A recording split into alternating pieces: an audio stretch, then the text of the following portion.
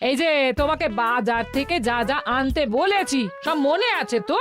মনে থাকবে কি থাকবে না জানি না, তাই আমি কাগজে একটা ফর্দ বানিয়ে নিয়েছি। গোপাল দাদা, পুটির মায়ের দাঁতের যন্ত্রণাটা আরো বেড়েছে। কাল সারা রাত যন্ত্রণায় ছটফট করেছে। আমাদের বৈদ্যমশাই দাঁতের শল্য চিকিৎসা শিখতেই বাইরে গেছেন, আজকের মধ্যেই আশা করি চলে আসবেন। কিন্তু ও যে আর পারছে না। শোনো, তুমি একটা তুলোর মধ্যে লবঙ্গ তেল দিয়ে পুটির মায়ের যে দাঁতে ব্যথা হচ্ছে তার গোড়ায় রাখো। বৈদ্যমশাই এলে আমি তোমাদের বাড়িতে যেতে বলছি। আচ্ছা গোপাল দাদা। যাই, বাজার থেকে চটপট ঘুরে আসি, এরপর আবার রাজসভায় যেতে হবে।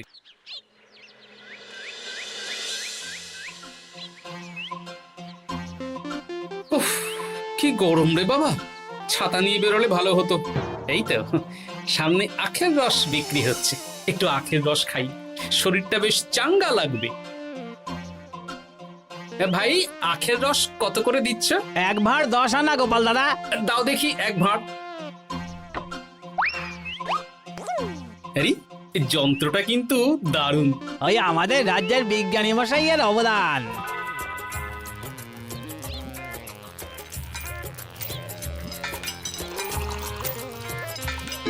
এই নাও গোপাল দাদা।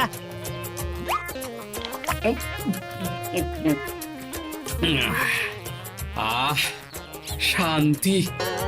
এই নাও ভাই, তোমার 10 আনা।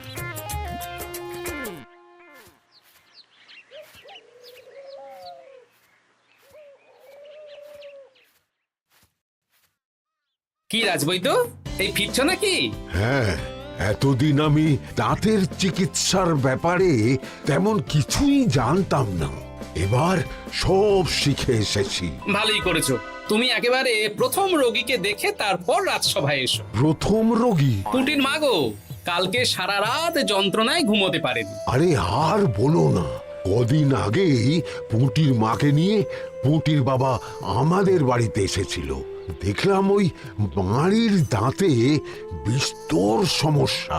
সেই জন্যে দাঁতের শল্য চিকিৎসা শিখতে চলে গেলে? ঠিক তাই, আমি ব্যথা কমার পথ্য দিয়ে এসেছিলাম। দেখি এবার দাঁতটা তুলেই দিতে হবে। তাহলে তুমিও পুটিদের বাড়িতে যাও, আমি বাড়িতে থলে রেখে আসছি। আজ না হয় দুজনে একটু দেরি করেই রাজসভায় যাব। বেশ বেশ।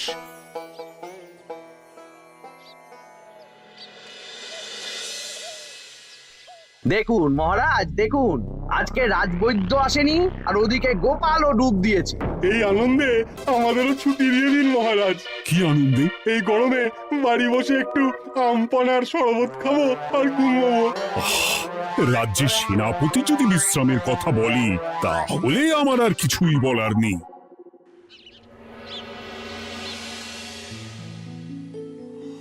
এই তো দাঁতটা পুরো পোকায় খেয়ে নিয়েছিল। এখন দুদিন কোনো কথা বলা যাবে না, শুধু জল বা তরল জাতীয় খাবার খাবে।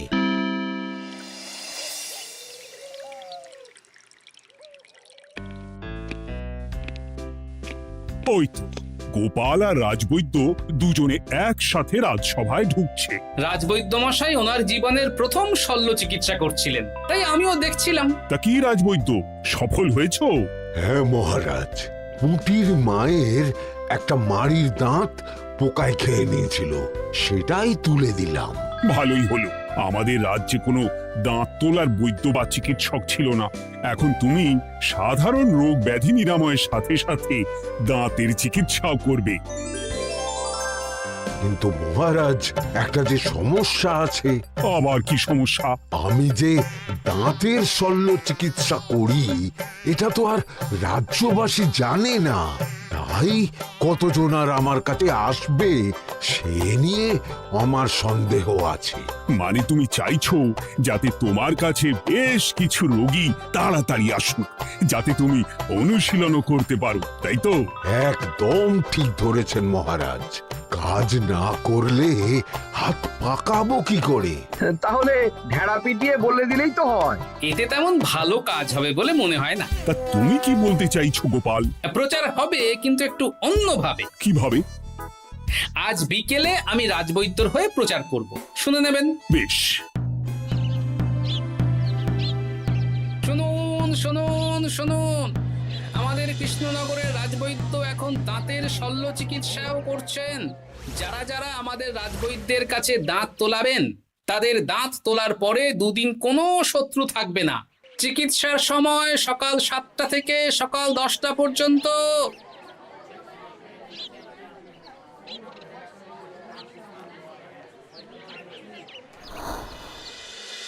এসব তুমি কি উল্টো পাল্টা কথা বলছো গোপাল? উল্টো পাল্টা না, আপনি দেখুন না আপনার বাড়িতে লোকজন আসে কি না। আর কেউ যদি জিজ্ঞাসা করে যে এই রকম প্রচারের কারণটা কি, তাহলে বলবেন রাজসভায় আমার সাথে কথা বলতে আমি বুঝিয়ে দেব।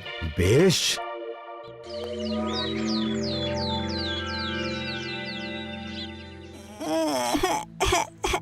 তোকে বারবার বলি এত মিষ্টি গুড় কাঠি খাস না। কি করব বাবা, কি ব্যথা।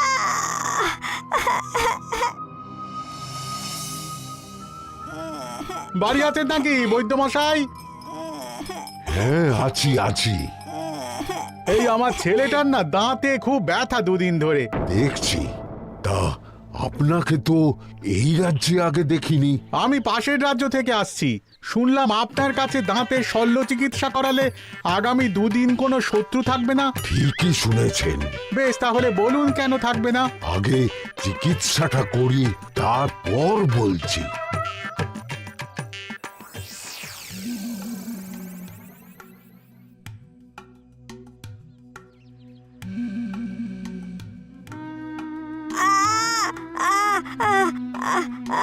আর চিন্তা নেই, এখন দুদিন কোনো কথা বলা যাবে না। এবার তো বলুন আমার ছেলের আগামী দুদিন কোনো শত্রু থাকবে না কেন? আজকে রাজসভায় চলে আসুন, ওখানে গোপাল এই প্রশ্নের উত্তরটা দিয়ে দেবেন। তা বৈদ্য, তোমার কাছে আজকে কেউ এসেছে? সকাল সকাল দাঁত তুলে এলাম মহারাজ। বাবা, একদিনের প্রচারই এই ব্যাপার?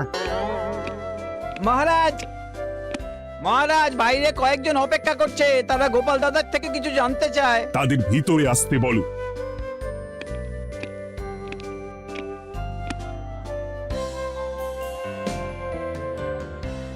আজ আমার ছেলে বৈদ্য মশাইয়ের কাছে একটা দাঁত তুলিয়েছে।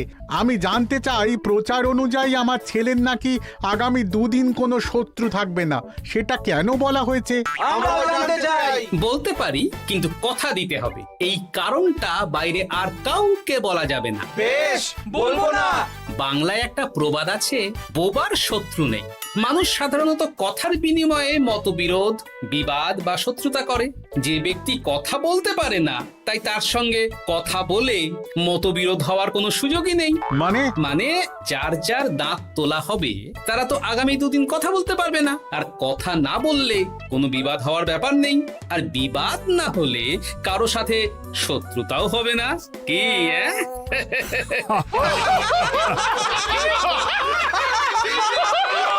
এই জন্যই তুমি হাসির রাজা গোপাল ভাঁড়। কে তোমার কথা শুনতে যাবে? একদিন না হয় প্রচারের চমকে এলো, এরপর কিভাবে আসবে শুনি? এরপর রাজবৈদ্যের সুনামেই লোকজন ছুটে ছুটে আসবে। বাহ বাহ বাহ, তোমার কত জ্ঞান! মহারাজ, এই কথা শুনে আমার মাথাতেও একটা বুদ্ধি এলো। অল্প পুঁজিতে শুধু প্রচারের জোরে এত রোজগার করব না, গোপাল হাঁ করে দেখবে। নিশ্চয়ই কোনো লোক ঠকানোর কথা ভাবছেন। মোটেই না। আচ্ছা, আগামী 3 দিন ব্যাপী মেলা হবে, সেখানেই তোমরা দুজনে তাহলে ব্যবসা করো। বেশ, করব। যে সবচেয়ে বেশি রোজগার করবে তাকে আমি 50 মোহর পুরস্কার দেব। রাজি। মেলার শেষে আমার প্রশংসায় পঞ্চমুখ হবেন সবাই, দেখে নেবেন।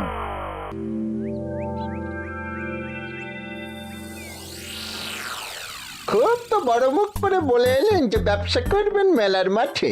তা আপনি কি ব্যবসা করবেন শুনি? ভাগ্য পরীক্ষার দোকান দেব। মানে আমি বিভিন্ন মেলায় দেখেছি যে একটা দোকানে নিচের দিকে হেলানো অবস্থায় একটা পাতলা কাঠের পাটাতন থাকে। সেই পাটাতনের উপরে 1 থেকে 6 অবধি সংখ্যা লেখা থাকে, তাই তো? হ্যাঁ, যারা মেলায় ভাগ্য পরীক্ষা করতে আসবে তাদের ফাঁপা লোহার 6টা বল দেয়া হবে। যদি ওই 6টা বলই 6 নম্বর লেখা খোপের মধ্যে ঢোকাতে পারে তাহলে প্রথম পুরস্কার পাবে। আমিও ওটারই দোকান দেব, কিন্তু শুধুমাত্র একটাই পুরস্কার থাকবে। 6টা বল 6 নম্বর খোপের মধ্যে ফেলে কেউ যদি 36 করতে পারে তাহলে সে পাবে 100 মোহর উপহার। আরে খেলার জন্য কত মোহর লাগবে? 1 মোহর। আপনি কিন্তু জেনে বুঝে বিপদ ডেকে আনছেন। একজন কেউ ফেলে দিলেই আপনার হাত থেকে 100 মোহর ফসকে যাবে। আর এই মেলার ভিড়ে যদি আপনি পুরস্কার না দেন তাহলে জনতার একটা মারও ফসকাবে না। আরে সেই জন্যই তো তোদের পোষা। তোদের মধ্যে যে কোনো একজন ওই কাঠের পাটাতনের নিচে লুকিয়ে থাকবি। যখনই দেখবো কেউ 36 করে ফেলছে, আমি গলা ঠাকরাবো আর তোরা কাঠের পাটাতনটা হালকা করে নিচ থেকে নাড়িয়ে দিবি। এটা তো দারুণ বুদ্ধি। কি বলছো গোপাল, তুমি আখের রসের দোকান দেবে? হ্যাঁ, এই গরমে আখের রসের বেশ চাহিদা। তোমার বানানো ওই যন্ত্রের চাকা ঘোরাবো আর আমার ভাগ্যের চাকা ঘুরবে। সে ঠিক আছে, আমার কয়েকটা যন্ত্র বানানোই আছে। তুমি না হয় মেলায় ব্যবহার করো 3 দিন। ব্যাস, আর চিন্তা নেই।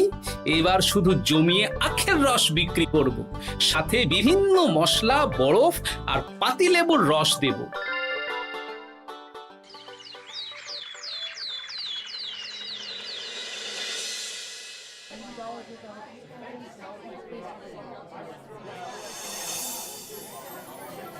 এই দোকানের পানীয় খেয়ে মন হবে বশ।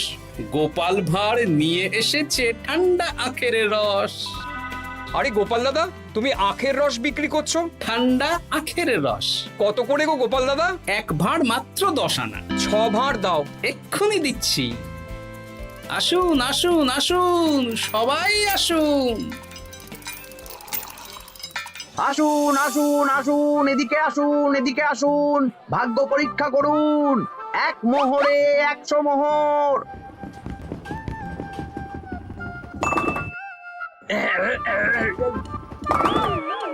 ভাগ্য পরীক্ষা করুন। মন্ত্রী মশাই বলেন কি 1 মোহরে 100? তুমিও ভাগ্য পরীক্ষা করাবে নাকি? একবার বাজিয়ে দেখতে দোষ কি? দাও, আখের রস খেয়ে বরং চলে যাই। এই তো হয়ে এসেছে। এই নাও, ধরো।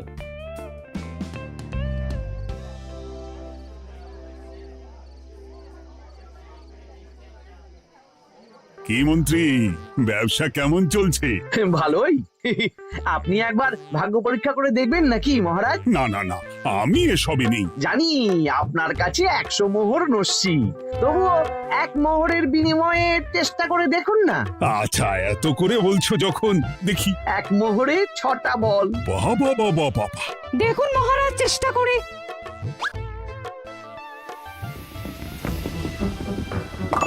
এই তো একটা 6 পড়েছে, আবার চেষ্টা করুন। জয় মা জয় মা। আবার 6। সাবাস। দেখুন হয়ে যেতে পারে, আর তো মাত্র 4টে বাকি। দেখি তৃতীয়টা। আরে পাস, আবার 6। নিন খেলুন। এই যা, হলো না। আরেকবার প্রথম থেকে চেষ্টা করবেন নাকি মহারাজ?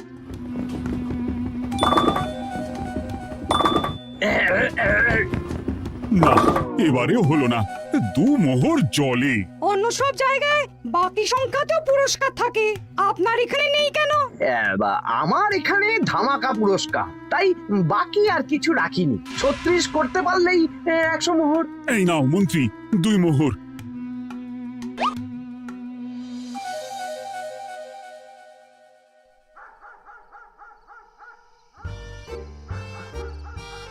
কি মন্ত্রী মশাই, আর তো মেলায় লোকজন নেই, বাড়ি যাবেন না? তুমি যাও না, আমি একটু পরে যাব। বেশ, আমি এগোলাম। গোপাল আর মন্ত্রী, তোমাদের কার কেমন রোজগার হয়েছে একদিনে? মহারাজ, কালকে আমার 7 মোহর 20 আনা রোজগার হয়েছে। আমার 70 মোহর, কিন্তু খরচ কিছুই হয়নি, কারণ কেউ 36 করতে পারেনি মহারাজ। বাহ বাহ বাহ। আমি তো বলেছিলাম আমি যখন ব্যবসা করব, গোপাল আমার ধারে কাছে দাঁড়াতে পারবে না। বেশ, এখনো তো আজ আর কাল 2 দিন মেলার বাকি আছে। দুদিনেও আমার 2 কানা করিও খরচ হবে না, শুধুই রোজগার। গোপাল যতই প্রচার করুক আর যতই ভালো আখের রস বানাক না কেন, আমার ব্যবসাকে টপকাতে পারবে না। ঠিক আছে, আজকে আমি একবার ভাগ্য পরীক্ষা করে দেখবো। আমার দোকানে সুস্বাগতম। নাও সেনাপতি, চেষ্টা করে দেখো। দিন বল। আমিও সেনাপতির খেল দেখতে এলাম। প্রথম বল, এই যে গড়িয়ে গড়িয়ে গড়িয়ে 6 নম্বর, সাব্বাস সেনাপতি। আবার 6, তৃতীয়, চতুর্থ, পঞ্চম, আরেকটা ফেলতে হবে। নাও সেনাপতি। ষষ্ঠ বল, এই যা, হলো না। এটা কি হলো? আবার চেষ্টা করো তো সেনাপতি। হ্যাঁ, 3টে হয়ে গেছে, এবার 4 নম্বর। এই যা, 4 নম্বরে চলে গেল। ধুর চাই। ব্যাপারটা কি? মন্ত্রী মশাই গলা খুসখুস করার পরের বলটাই পরপর 2 বার অন্য ঘরে পড়ল। নিশ্চয়ই কোনো রহস্য আছে। না, আজকে রাতে ব্যাপারটা দেখতে হবে। চলুন মন্ত্রী মশাই, পুরো মাঠ ফাঁকা, একা একা মশা মারবে নাকি? আমি পরে যাব, তুমি যাও তো। বেশ। ব্যাপারটা কি? আমাকে তো নজর রাখতে হচ্ছে। না, একটা গাছের পিছনে লুকিয়ে পড়ি, মন্ত্রী মশাই গেলে ওনার পিছু নেব। দেখুন মন্ত্রীমশাই, পরপর 2 দিন আমি পাটাতনের নিচে ছিলাম। আগামীকাল ঘরটাকে থাকতে বলুন। বেশ, তাই হবে। আর অত জোরে গলা খাঁকড়াবেন না, কেউ যদি সন্দেহ করে ব্যাপারটা বুঝে যায় মুশকিল হয়ে যাবে। আরে কেউ বুঝবে না, অনেক রাত হলো, চল চল চল চল চল। আচ্ছা, এই ব্যাপার। তাই ভাবি 2 দিন ধরে একটাও কেউ পারলো না কেন? কাল আমিও মজা দেখাবো।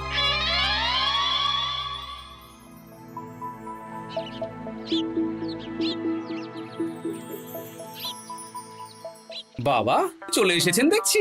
এত চাহিদা না আমার এই ভাগ্য পরীক্ষার, তাই আগে আগে চলে এসেছি। মন্ত্রীমশাই, আপনাকে মহারাজ এক্ষুনি ডাকছেন। এখন কেন? সে তো জানি না, চলুন।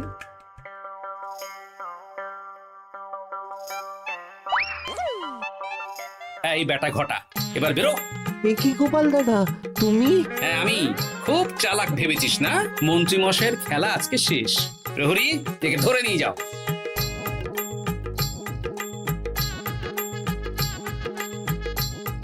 বিজ্ঞানী, তুমি তোমার চুম্বক নিয়ে এসেছো তো? হ্যাঁ, এবার 6 নম্বরের নিচে একটা টান টান করে সমান রেখা টানতে হবে, আগা থেকে গোড়া অবধি। তুমি তো সব সকালে বুঝিয়েই দিয়েছো। দাঁড়াও, দাগটা টেনে নি। একদম 6 নম্বর খোপ অবধি যাচ্ছে, সেই অনুযায়ী টান টান করে দাগ টানো। টানছি, তুমি বাইরে নজর রাখো। নজর রাখছি। কাজ হয়ে গেছে, তুমি একবার অনুশীলন করে দেখে নাও। হ্যাঁ দেখছি। শুরু করো। শুরু করছি। একদম পাক্কা আছে। দূর, কেউ ডাকেনি, অকারণে সময় নষ্ট করলো। কতগুলো খদ্দের ফিরে গেছে কে জানে। কি হলো মন্ত্রী মশাই, এত রাগ কিসের? রাগ হবে না, ওরই বেটা আমার সাথে মজা করছিল। বেশ অনেকজন খদ্দের ফিরে গেল, আমার কত ক্ষতি হয়ে গেল। আমি খেলে আপনার ক্ষতিপূরণ দিতে পারি। কি তুমি খেলবে? হ্যাঁ, ভাগ্য পরীক্ষা করতে দোষ কোথায়? ওই তো বেশ কয়েকজন সভাসদেরা আসছেন, সবার সামনেই খেলবো। তাহলে শুরু করি। হ্যাঁ, শুরু করো। এই বল যা, 6 নম্বরে যা। আরে বাস, গোপালের ফেলাপল তো গড়ালো না, সোজা 6 নম্বরে চলে গেল। এই দেখুন, আবার যাবে। বলকে আমি বলবো, বল কথা শুনবে। এই বল যা তো, 6 নম্বরে যা। আবার 6, আবার 6, আবার 6। কি এটা কি হচ্ছে? যা বল, এটাও 6 নম্বরে যা। আবার 6, 100 মোহর। হ্যাঁ, এটা কি করে হলো? দিন মন্ত্রী মশাই, 100 মোহর দিন। ইয়ে না, মানে মন্ত্রী দাও বলছি। আমি আবার খেলবো। ছয়। আবার 6। আবার 100 মোহর। আর নেই। এই ঘটা, আর কি করছিসটা কি? ঘটা নেই মন্ত্রীমশাই, আমি আছি। আর আছে আমার চুম্বক। মানে মানে তোমার কারসাজি ধরা পড়ে গেছে মন্ত্রী। গোপাল আমাদের সব বলেছে। আপনি যেমন ছলনা করে ভাগ্য পরীক্ষার ব্যবসা করছিলেন, তেমনি গোপালও ছলনা করে আপনার ব্যবসা উল্টে দিল। তাহলে শেষমেশ কে জিতলো? হাসির রাজা, জ্ঞানীর রাজা, রসিক রাজা গোপাল ভাঁড়। লোকের ভাগ্য পরীক্ষা করছিলাম আর আমারই দুর্ভাগ্য নেমে এলো।